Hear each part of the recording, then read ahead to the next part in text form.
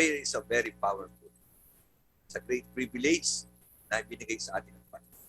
Nung una, akala ko ang panalangin ng mga bata dahil isang tinuturo sa akin sa aming religion, na kapag ikay nagkasala, ikay mananalangin ng ganito, ganito, sampung ganito. So akala ko, paghaba ng panalangin, pagdami ng kasalanan. So, but nung maunawaan ko at maintindihan ang salita ng Diyos at ang kalooban ng Panginoon, prayer is a privilege. Sapagat sa panalangin, nagagawa nating lumapit sa Panginoon. Nagagawa nating makipag-ibig sa Diyos. Okay.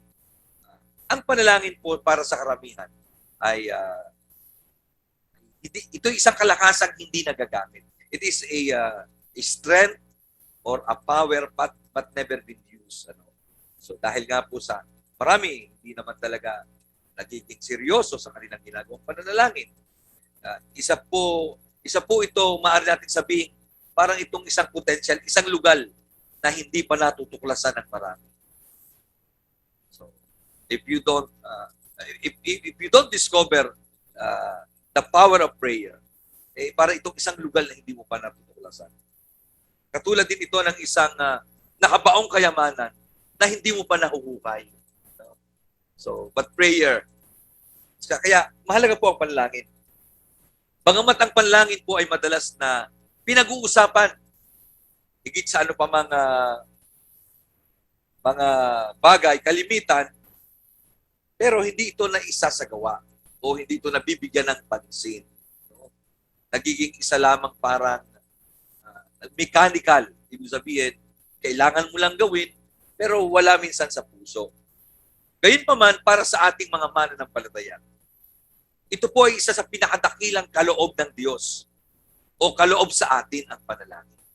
At kung ito po lamang ay ating gagawin at ganap nating makikita ang kahulugan nito sa ating buhay o kaunawaan, makikita ninyo, your life will be full of prayer and your life will be full of power. Ang panalangin po ay dapat isa sa pinaka-natural na bagay na ating ginagawa. Sabihin, dapat ito is normal. Sabi nga po ni Martin Luther, si Martin Luther po ay isang dating pare na siya ay tumulag sa simbahang Katoliko. At doon natuklasan na niya na ang kaligtasan pala hindi siya magkita ng mga anumang bagay katulad ng mga penance o yung mga pagsasakripisyo o kailangan mong tularan ng Panginoon, yung ginawa niyang pagpapapako sa krus. Hindi rin ito nakukuha dahil sa ikaw ay mabait na tao dahil wala namang mabait, lahat na may nagkasala. Natuklasan ni Martin Luther na ang kaligtasan pala ay dapat ay sa magitan ng pananampalataya. We are saved by faith and we shall live by faith. Dapat tayo nabubuhay sa pananampalataya. At siya rin na may sabi ng isang Kristiyano na hindi nananalangin ay katulad ng isang taong nabubuhay na hindi humihinga. Pwede ba ikaw mabuhay na hindi humihinga? Kaya upang maging alive, maging powerful, maranasan mo yung biyaya ng Diyos sa iyong buhay, dapat bahagi ng iyong buhay ang pananalangin. Ang panalangin po ay hindi lamang dapat ginagawa sa panahon na dahil tayo ay may kailangan. Hindi siya katulad ng bumbero o ng ospital o ng oxygen sa panahon ng COVID na kung kailang hindi ka makahinga ay saka ka lang maghahanap ng oxygen. Diba? Ang panalangin po ito dapat ay natural na bagay.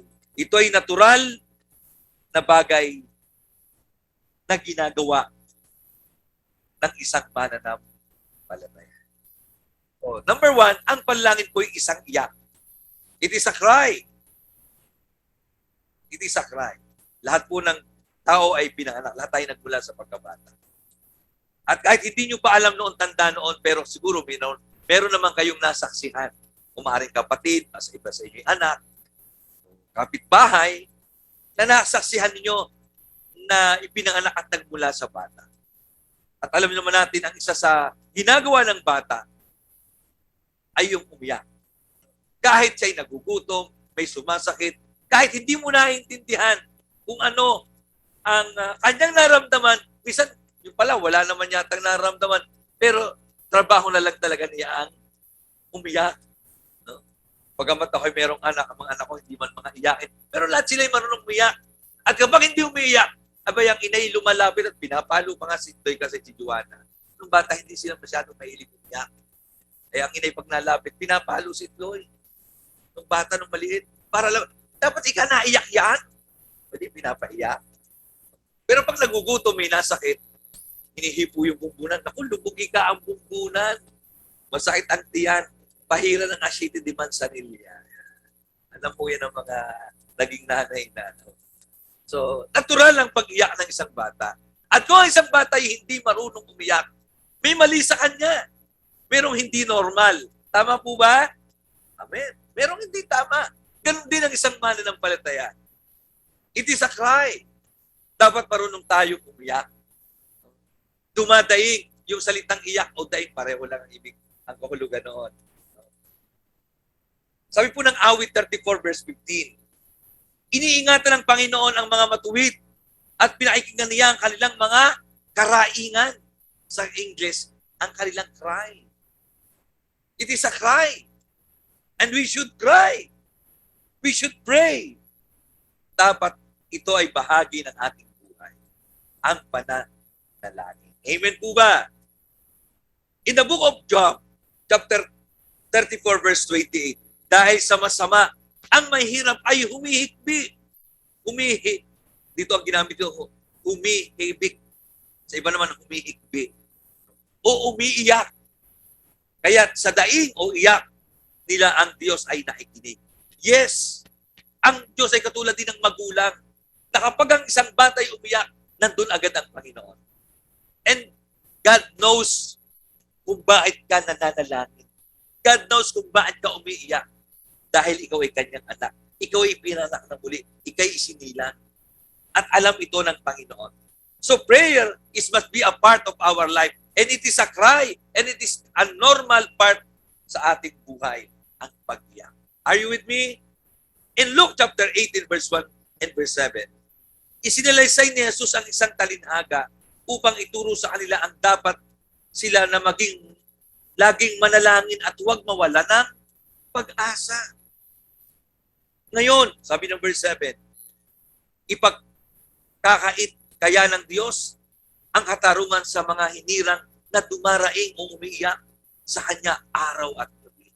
So prayer is a cry. At ito'y ginagawa araw at gabi. Araw at gabi. At ito po ang sikreto ng mga taong matatagumpay. Ang mga Kristiyanong matatagumpay. Alam nyo, ang katagumpayan po sa buhay Kristiyano, hindi ang basihan dito yung kayamanan o marami ng pera sa bank. Bahagi lang yan. No? Sabi nga po ng isang mangaral, ng isang preacher, ang pinakamahirap na tao sa ibabaw ng mundo, yung ang natitira niyang kayamanan na lang ay ang kanyang pera sa bank. Ang kayamanan po hindi nasusukat sa dami ng pera. Kaya, tingnan nyo po yung mga networking, lagi nila, lalo na po yung nagbebenta ng mga health products. Lagi sinasabi na, health is wealth. Tunay ba yun? Lalo na itong panahon ng pandemya, abay kayamanan kung ikaw'y malusog at hindi ka tamaan ng COVID. Yung iba ang dami na gastos, milyon. At hanggang ngayon yung iba nagbabayad pa. Yun namang marami na ipon, naubos. Yung iba naman talagang, nga kung 10,000, 50,000, nakakasakit ng bulsa. Kasi hindi mo alam kung saan nakakilapit. Gano'n pa kaya kung 100,000 o milyon ang iyong nagastos. Ito pa po ang masakit. Yung pang mamatayan ka ng isang mahal sa buhay dahil sa COVID. No? 2 days ago, kaarawan ko nakamatay na aking kapatid. Hindi naman sabihin ko lang pampagamot. May pambili naman ng antibiotic. Pero namatay sa COVID. So health is wealth. Di ba sabi po ng ating pinag-aralan ng isang linggo, mayroong isang mayaman, nang sabi, ngayon mayaman na ako. Hindi ko na alam kung anong gagawin ko sa aking kayamanan. Magpapagawa ako ng kamalig o ng storehouse. At doon ko dadalhin ang aking mga ani, ang lahat, ano ba't ang lahat ng kanyang kayamanan? Palalakihin niya ang kanyang storehouse. Pero sabi sa kanya ng Panginoon, saan mapupunta kayamanan mo? Hindi mo ba alam? Mamayang gabi, mamamatay ka na. So, health is wealth. Ang isang taong malusog, kahit hindi ganun kadami na yung pera, yan ay kayamanan. Itong panahon ng pandemya, naranasan natin.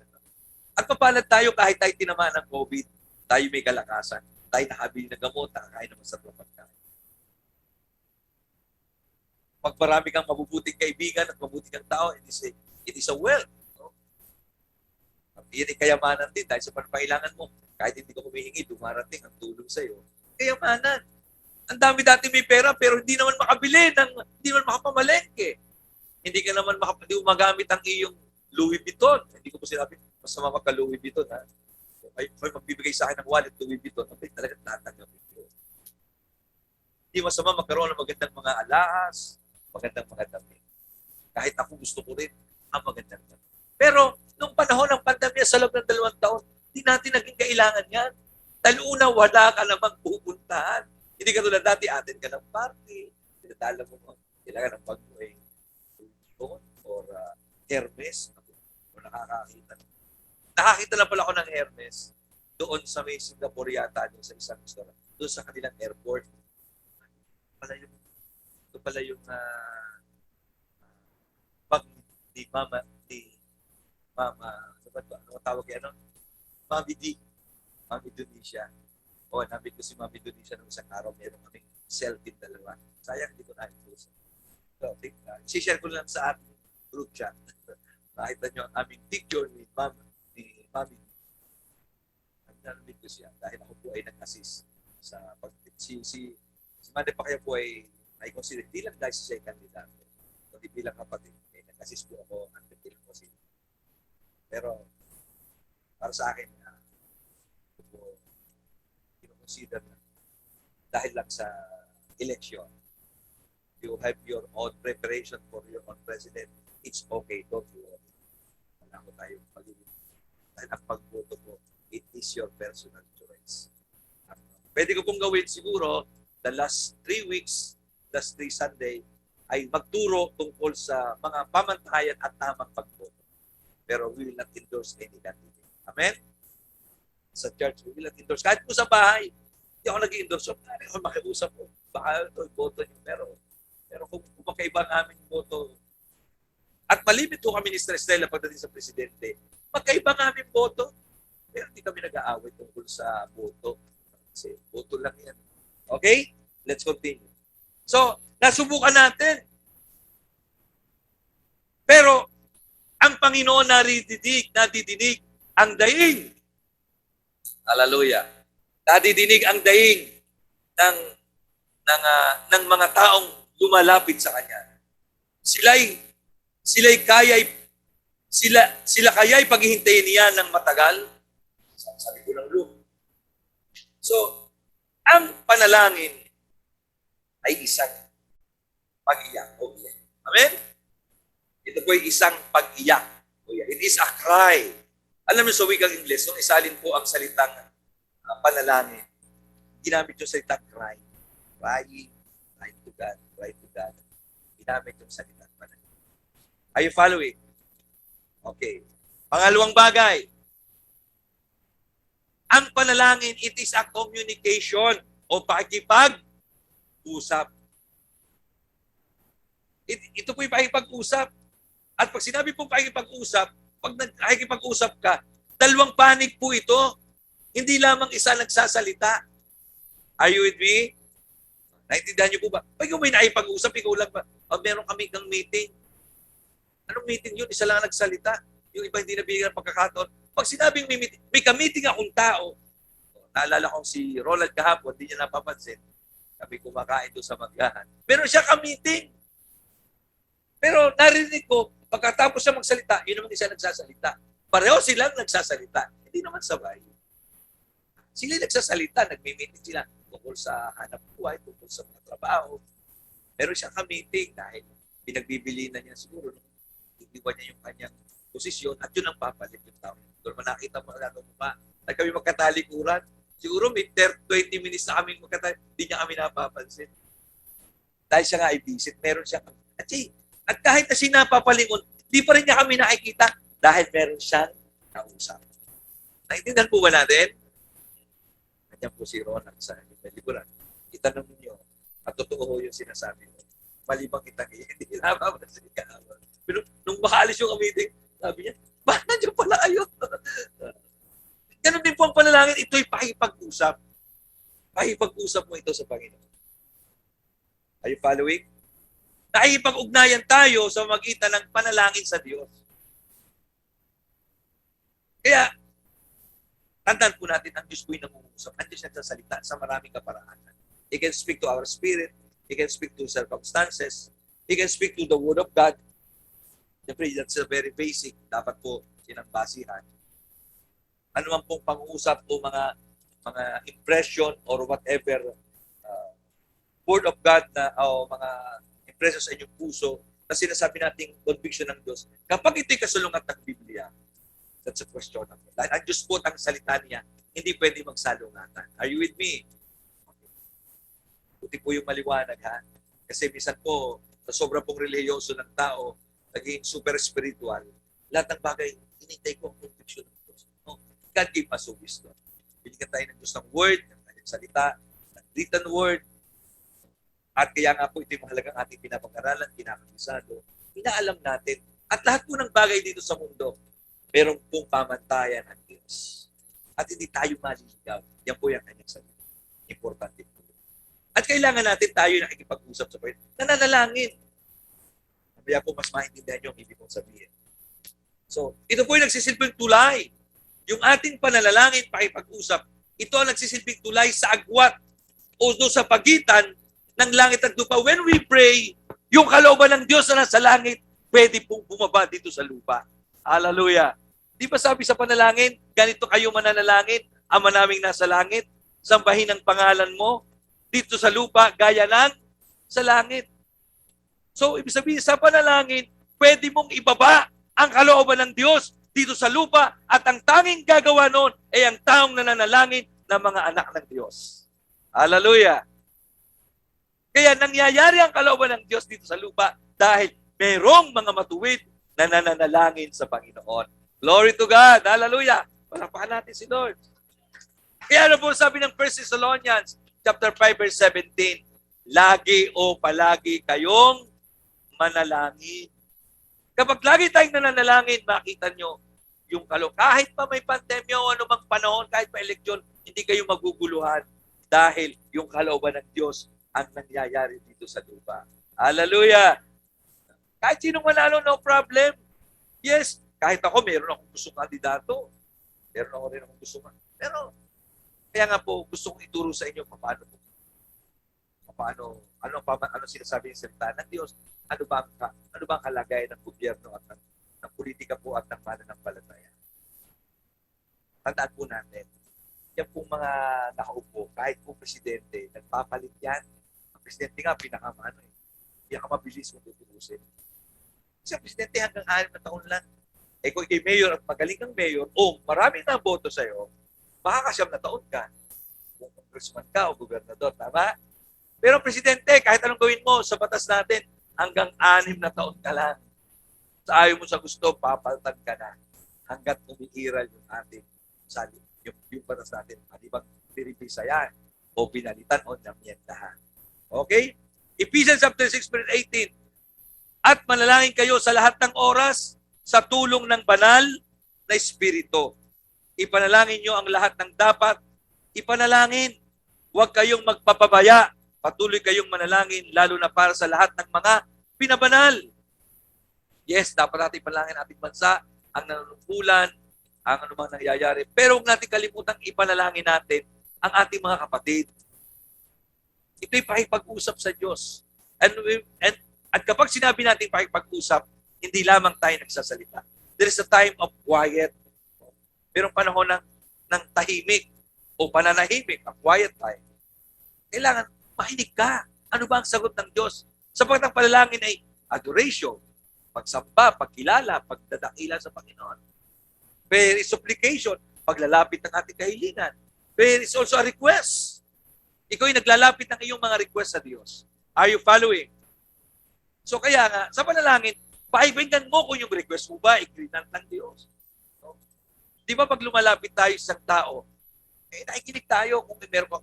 Hindi lang naman kaya tayo lumalapit sa ibang tao. Yun po minsan minsan kaya lalapit sa tao pag may kailangan. No, minsan gusto mo siyang makita. Gusto siyang makasama. Are you following? At minsan naman meron ka ring request. Pero pakinggan natin kung ano ang sagot. Kaya ito po'y pakikipag-usap. It is a conversation. It's a communication and conversation. Amen? Pag sinabing conversation, ikaw at ang Diyos, nag-uusap kayo. Hallelujah! Pwede ka mag-request. Pero hindi mo pwede turuan ng Panginoon. Pwede mong, hindi ang Diyos marunong makalimot, pero sinasabi mo ang salita, ang kanyang kalooban. Panginoon, di ba sinabi mo, pinangako ko ito? Pero hindi ibig sabihin, kaya sinasabi mo yon, ang Diyos ay nakalilimot. Because that is an act of faith. Yan po ang tinatawag na when we speak the word, ibig sabihin, dinideklara natin ang kanyang salita. Ibig sabihin, ito po ay kilos ng pananampalataya. So prayer is a conversation and a communication. So prayer is a cry, prayer is a conversation. Ito ang tanging magdudugtong sa pagitan, sa agwat ng langit at ng lupa. Hallelujah. At nangyayari ang kalooban ng Diyos dito sa lupa, gaya ng sa langit. Dahil, nino? Dahil may mga taong nananalangin. Hallelujah!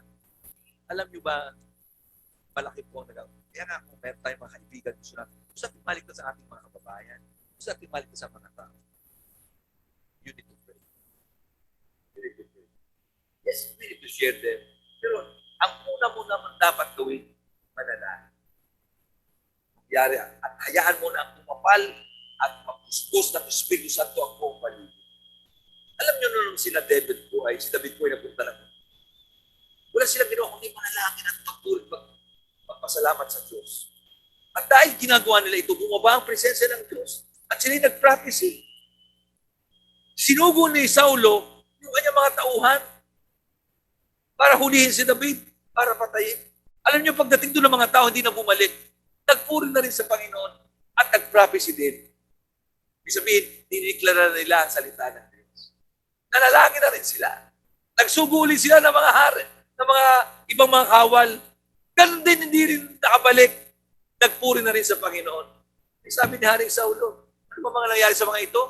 Para isang taong huhulihin, hindi mahuli-huli. Pumunta si Haring Saulo. Alam niyo ba nangyari sa kanya? Nasa mababa pa ng bundok. Yung bundok na kinalalagin David, ano pa lang sa mababa? Nagpupuri na sa Panginoon. Kasi, kumapal na lang kumapal ang presensya ng Diyos dahil dumami ng dumami ang nagpupurit na nananalig. Kaya pag tayo manalangin, lalo po ang ating church, maniwala kayo, kulang po. Kahit pa yung ating ipagagawa, kulang ang lugar na yan upang dalhin ng Panginoon ang mga tao kanya.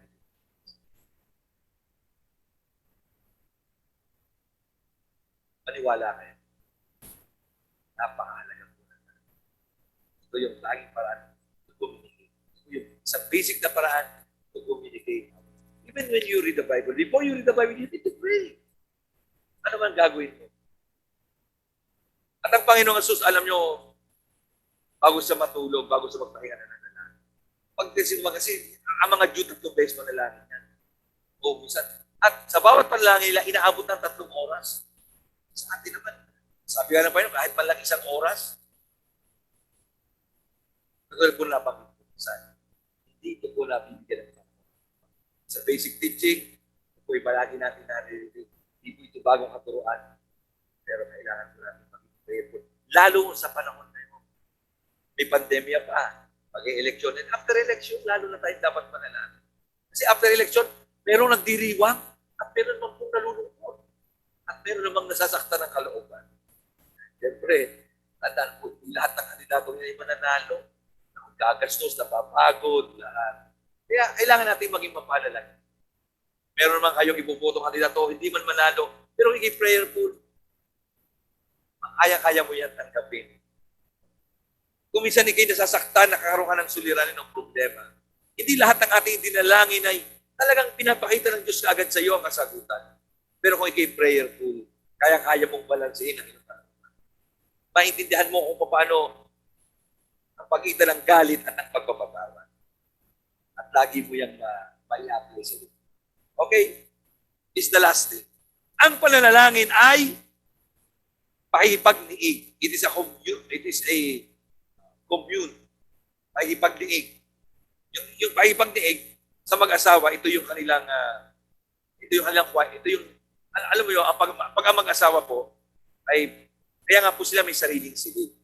Di ba anak? Pero sa isa may sariling silid. Wala mag-asawa na habang buhay nakasama pang natutulog ang kanyang mga magulang at mga kapatid. Maaaring minsan na ginagawa yun, lalo na hindi naman kalaki ng bagay. Pero meron silang panahon na sila lamang dalawa. Yung iba sa inyo mag-aasawa, maintindihan nyo. Hindi dahil sa ayaw nilang makisama sa iba. Bagamat pagdating talaga ng gabi, may panahon sila lamang dalawa. No? At meron silang tinatawag na pagdiniig. At doon sa panahon na yon, hindi lang naman sila nagmamahala na nag-express ng kanilang damdamin, ng kanilang mga pangangailangan sa isa't isa. Kundi a time to talk, a time to lahat ng bagay na sila lamang dalawa. Naintindihan po ba natin? So, that is also prayer. Upang maging kaibigan natin ng Diyos, kailangan mo magkaroon ng pakikisama at pakikipag-isa sa Kanya. Fellowship. Alone with God. Pakikipagdiig sa Panginoon. Look at Exodus chapter 33 verse 11. Kapag nakikipag-usap ang Panginoon kay Moses, magkarap sila katulad ng magkaibigan, nagkukwentuhan. Pagkaharap, nagkukwentuhan. Nung si unang buhay may kausap, ang kaharap niya yung kanyang kausap. Kaya nga hindi kami naiintindihan. Alam naman kami ang kanyang kausapin. Kuya, kanina pa kayo diyan, pero kaharap sa usap kayo. Walang ganon. Lagi kaharap ka sa kausap. Yes! Nung si Moises ay naipag-usap sa Panginoon, pagharap sila at sila ay nagkukwentuhan. So prayer is a communion. It is a communion. It is a... Pagkatapos bumalik si Moises sa kampo, pero ang binata niyang lingkod na si Josue, na anak ni Nun o ni Nun, ay nanatili sa tolda. In the book of Psalms or Awit, chapter 61, verse 1 and 2, O Diyos, pakinggan ninyo ang aking panawagan, tigin ninyo ang aking dalangin. Mula sa dulo ng mundo, tumatawag ako sa inyo dahil nawala na ako ng pag-asa. Dalhin niyo ako sa lugar na ligtas sa pag-anib. Kailangan nating manalangin na may pangunawa. Kailangan natin manalangin na may pangunawa. At maintindihan lang natin ito kapag sumasa atin ang Espiritu ng Diyos. Kaya nga sabi po ng Bible, hindi tayo marunong manalangin. Pero ang sabi po ng kanyang salita, tumutulong ang banal na Espiritu sa atin. Sa parang hindi natin magagawa. Mabasa natin sa Roma. But anyway, tusan muna natin ang 1 Corinthians chapter 14, verse 15. Kung ganoon, ano ang dapat kong gawin? Manalangin ako at aawit sa pamagitan ng aking Espiritu. Kahit hindi ko ito naintindihan. Yes, meron tinatawag na praying in the Spirit or worshiping in the Spirit or speaking in tongues. It is the language of the Spirit. Hindi naman natin, kahit nga ako, hindi ko rin naintindihan. Malibang ito, nakuha ng Panginoon. Diba? Pero, anong ginagawa niya? Pero yung ating isip, pwede naman nagsasalita kasi ibang wika o nag-worship in the Spirit. Pero your mind and your heart, especially your mind, pwede namang naintindihan mo. At manalangin din ako sa awit sa parang naintindihan na aking isipan. So, kailangan purihin mong Panginoon habang nagsasalita ng wika, hayaan mong maintindihan ang iyong isipan. Huwag mong piliting intindihan ang iyong sinasabi sa ibang wika. No? Because it is a language of the Spirit. But pwede nating maintindihan ang ating isipan. Kaya nga pag ako'y nagsasalita ng ibang wika, nanalangin din aking isip sa paraan aking naintindihan. Sa aking lingwahe. Dalawa lang naman na lingwahe kong naintindihan talaga eh. Tagalog at saka English. Ganun din sa pag tayo nananalangin. Yes, we can pray, we can speak in tongues. Maybe ang yung binabanggit, hindi mo alam, may panalangin. Pero manalangin ka sa wikang United. Lalo na kung kaharap mo ay ang mga tao.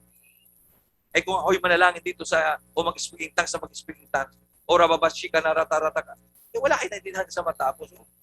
Maaari tayo nabustos sa Espiritu Santo, pero wala naintindihan na yung isipan. Di ba? Kaya nga po, pag nananalangin ka sa ibang wika o nagsasalita sa ibang wika, ang naikinabang ang sarili mong espiritu.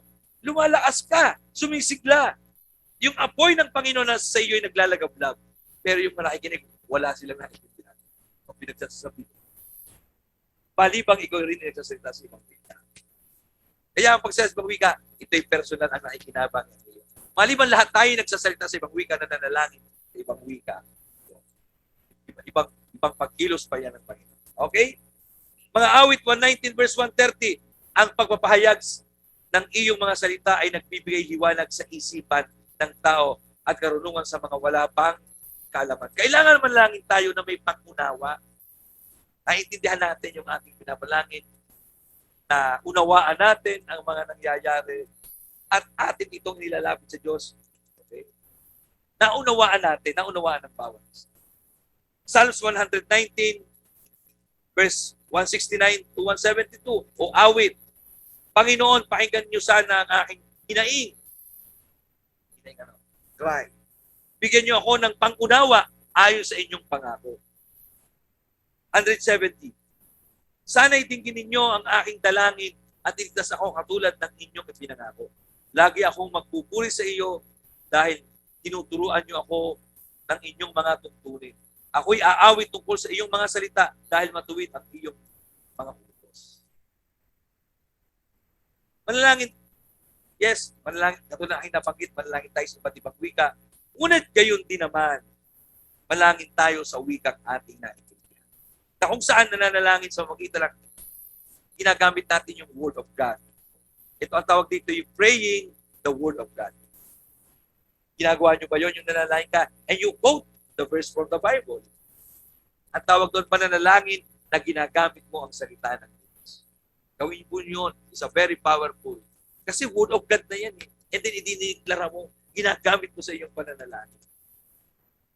Ang panalangin sa magitan ng banal na kasulatan, it's a very powerful prayer. Using the Word of God. Praying the Word of God. 1 John 5:14. At may kapanalagan tayo na paglapit natin sa Diyos dahil naniniwala tayong ibibigay niya sa atin ang anumang ating hilingin na naayon sa kanyang kalooban. Ibig sabihin, ayon sa kanyang salita.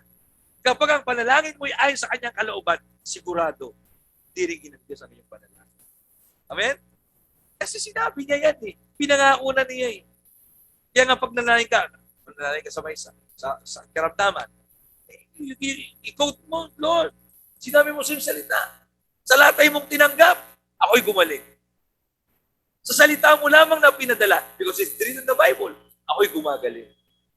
May mga pangyayari po na ako'y umatid ako ng mga ibang mga kusada noon, mga 1990s.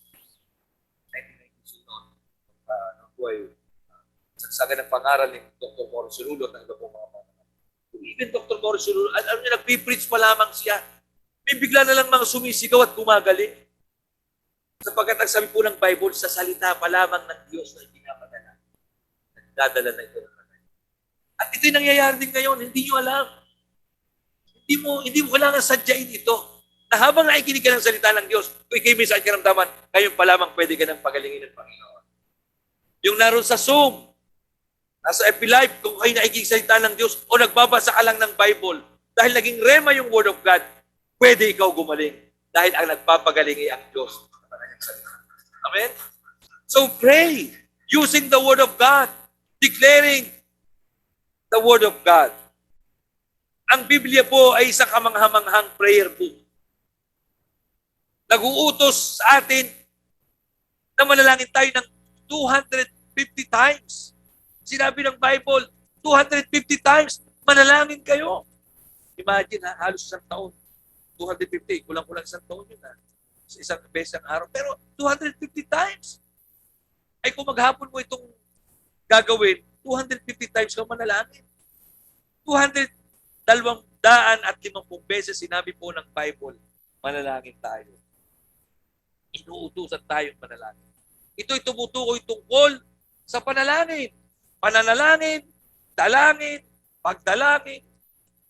Kung sa translation pa doon ay ano mang maaaring ang translation doon ay dasal, magdasal. Pero alam nyo ilang beses po itong binanggit ng Bible? Mahigit 500 beses. Sobra pa sa isang araw, isang beses. No? Kaya inihayag po ng salita ng Diyos o ng Bible ang perpektong kalooban ng Diyos sa bawat sitwasyon ng ating buhay. anumang sitwasyon, anumang kalagayan. Maliwanag po ang tinuro ng salita ng Diyos. At meron niyang katapat. At hindi lamang katapat, kayang pagtagumpayan anumang sitwasyon sa atin. In Romans chapter 8 verse 26, ito po yung binabanggit ko. Tinutulungan tayo ng Banal na Espiritu sa kahinaan natin. Hindi natin alam kung ano ang dapat nating ipanalangin. Minsan hindi natin alam. Kaya ang Espiritu na rin ang namamagitan sa Diyos para sa atin sa magitan ng pag-iyak o daing na hindi natin kayang gawin o sabihin. So when we groan, when we pray, when we cry to God, minsan hindi mo alam kung ano sasabihin mo. Literally, umiiyak ka na lang sa Panginoon. Pero nakikita ng Diyos ang pangailangan mo, ang puso mo, ang espiritu mo, at naunawa ng espiritu kung ano talaga ang gusto mo. May mga pagkakataong hindi mo alam. Kaya nga, when we pray, huwag ka basta tatayo. Minsan, nanalangin ako. May maisip ako sa bagay, uunat ako, pero babalik ako. Sapat, ramdam po sa aking puso, mayroon pang gustong ipanalangin ng Espiritu Santo. And you cry. Kung hindi mo na ito maintindihan, just cry to God. Literally crying, groaning. Sabi, dumadayin ka, umuungol ka na lang. Lord. Yes, Lord. And yung peace ng Diyos, yung kapayapaan na galing sa Panginoon, darating sa iyong puso. At kung dumating sa iyong puso, doon ka pa lamang ibig sabihin na ipanalangin mo na ang gusto ng Espiritu. So gawin niyo po yun. Gawin po natin. Hindi dito pinag-uusapan kung matagal ka ng Kristiyano o bago hakmanan ng pantayan. Let's start to pray. Pray every day. Kung hindi mo kaya na, hindi mo kailangan maghapong na nanalangin, but pray. Always pray. Praying always. Cry unto God. Groan in the Spirit. Alam niyo po sa Bible, meron po diyang mga women of prayer. At least may mga man of prayer. Siyempre, kilala natin si Moses. There are man of prayer. Mga apostol. Mga man natin si Jesus Christ. Pero may mga babae, marami rin. So, tatanda ko yung mga babae. So, ito na lang po yung babaeng Canaanites, doon sa Matthew chapter 15. Babaeng dumadalangin sa Panginoon. Makulit siyang dumadalangin. Sabi ng Panginoon, naparito ako hindi para ibigay ang pagkain sa mga aso. Pero yung babae na dadalangin pa rin. Kahit naman po tuta, namumulot ng buko sa kanya. Sa hapag o sa pesa ng kanyang amo. Namang-hamang. Ay, laki ng pananampalataya ng babae nito. Umayo ka, tinanggap mo na ang iyong mahigitan. Yung oras din yung diniligang kanyang dala. Bakit? Because of prayer. Ano yung sa panalangin? Hindi mo kailangan i-maganda. Kailangan i-makulit. Sa inyo po, sa inyong kapitbahay na ikay merong hihiramin. Meron kang uutangin. Utang yun ha. Eh, minsan wala sinabi, tinanggihan ka lang, pero dahil sige makulit. Pinangutang ka pa rin na. Ganun po ang Panginoon. Lalo ba ang Diyos? Kasi alam niya ang iyong pangalan.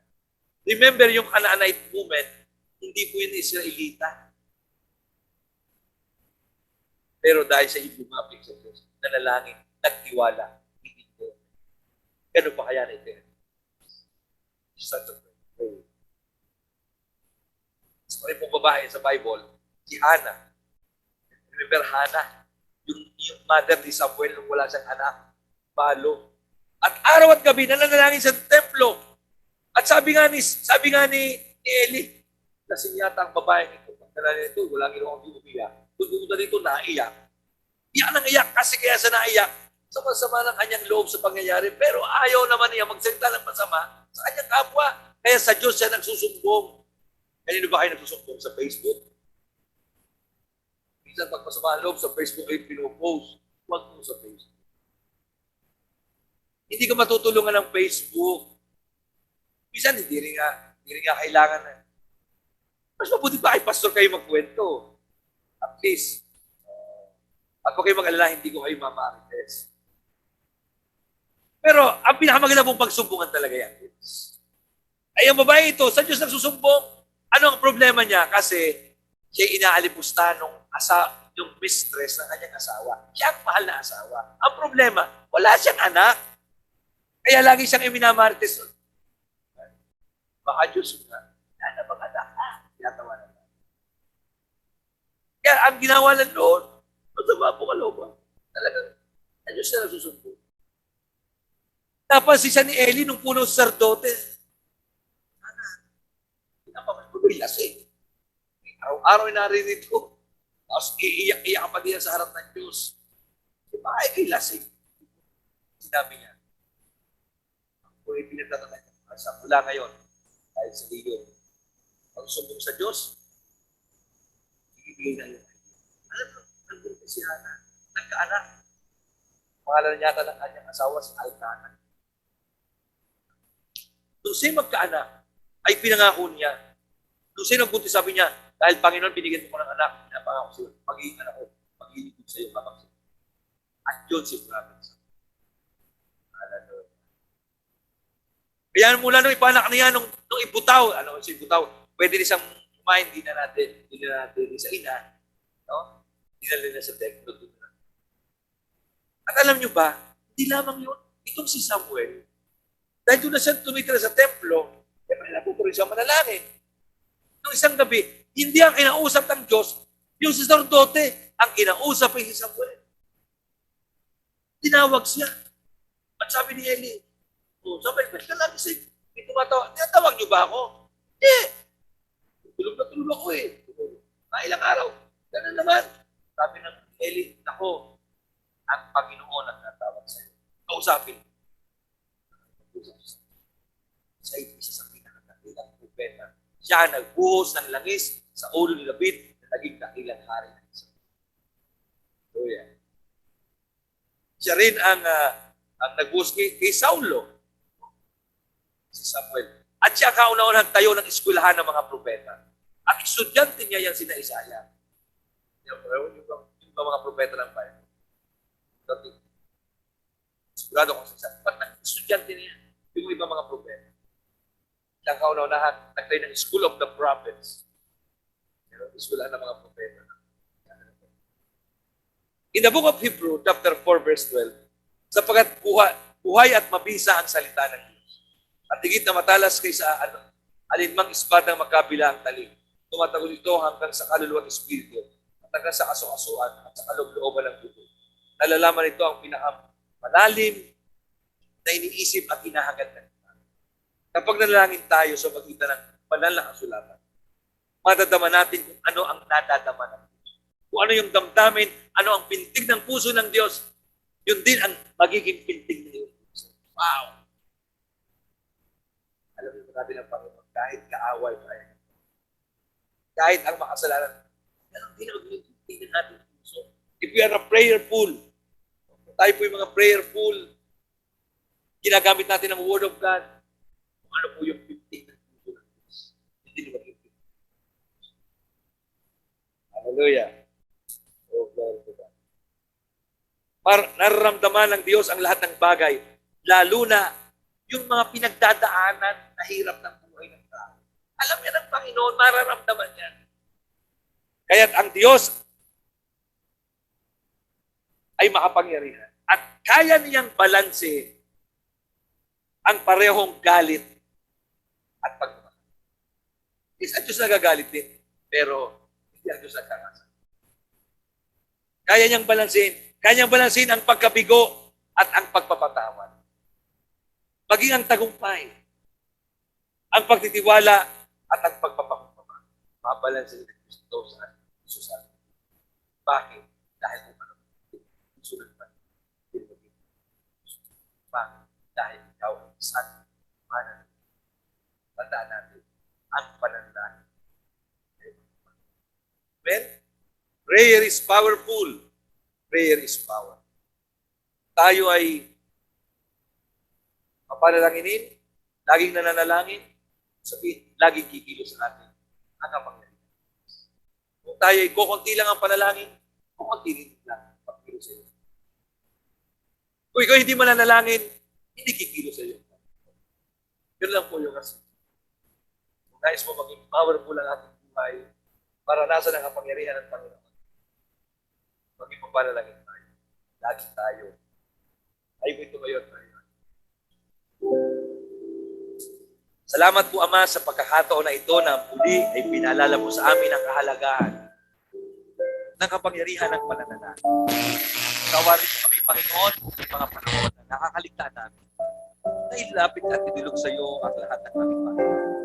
Ikaw pala, Panginoon, ang higit na makapagbibigay ng anumang solusyon.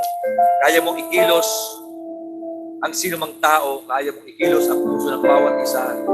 At kaya mong ikilos, Panginoon, ang katugunan upang abutin ang lahat ng aming pangangailangan. Tawarin mo kami, Panginoon, kung minsan ay nawawala kami ng tiwala sa iyo. Kung minsan mas nagtitiwala pa kami sa aming kapwa-tao o sa mga opinyon ng iba. Salamat po, Ama, na lagi ikaw nagpapaalala sa amin. Salamat po sa iyong salita, sa iyong Santong Espiritu, na hindi kami iniiwan, hindi kami binababayaan. Patuloy mo po kaming samahan. Patuloy mo pong pagpalain ang lugar na ito. Ang lahat po na ay mga kapatid na narito ay mga magulang, kaibigan, kapatiran, ang mga nanay ng tahanan, ang mga ama, ang mga kuya at ate ng tahanan, at maging ang mga bata. Magpalain mo sila. Lord, I release the spirit of blessing upon them, O God. Even the spirit of salvation to our loved ones. Sa aming mga community, sa aming barangay, hayaan mo na kumilos ka. At ang iyong pagliligtas ay maranasan. Hayaan mo sa panahon ng Lenten season na ito. Ay alalahanin ng mga tao, Panginoon, ang iyong salita. Na hindi lamang ito maging isang ritual na pagdiriwang. Kundi, lalo po kami maging mapanalangin. Lalo po kaming lumuhod. Magkaroon po kami ng aming mga family devotion. Magkaroon kami, Panginoon, at pasiglahin mo ang aming mga life group, O God. At makita namin ang kahalagahan, O Diyos, ng aming pananambahan. Na minsan lamang ito sa isang linggo. Samahan mo kami, O Diyos, sa lahat ng aming mga aktibidades sa buong church. Mga aktibidad, Panginoon, na kung saan ay magpapatatag sa iyong kaharian, sa iyong iglesia na iyong sinatag sa lugar na ito. Magpapasigla at magpapalaki. Patuloy kang mag-raise sa Panginoon ng mga lalaki at babae. Hindi lamang may kakayanan ng mga kundi handang lumuhod, handang tumawag sa iyo, handang ilapit na mangyari ang iyong kalooban sa langit, maging dito sa lupa. O Panginoon, salamat po, Ama.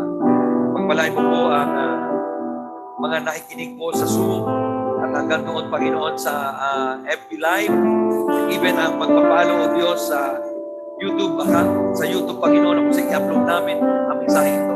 At lalo tigit, Panginoon, ng mga tao sa lugar na ito, maranasan nila ang iyong biyaya, ang iyong pagpapala, at ang hihimala ng kagalingan, Panginoon, lahat nakikinig, Panginoon, ang mensahe na ito. Ng iyong mga salita, maranasan nila ang iyong papapagaling, ang kalusugan, ang iyong biyaya, ang supply, Panginoon. Salamat po, Ama. Lord, I pray in the name of Jesus. In the name of Jesus, let your will be done, O God. Oh, Rabba-Radha-Radha. Salamat po, Ama. Salamat po. We give you praise, glory, and honor. We bring all the glory in the name of Jesus. The name above all names. Hallelujah.